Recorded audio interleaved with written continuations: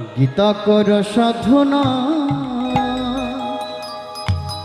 গীতা ভব পারের ঠিকানা।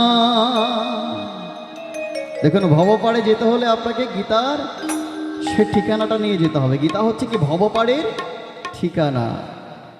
গীতা ভবপাড়ের ঠিকানা, গীতা ভবপাড়ের ঠিকানা, গীতা ভবপাড়ের ঠিকানা। গীতা করো সাধনা,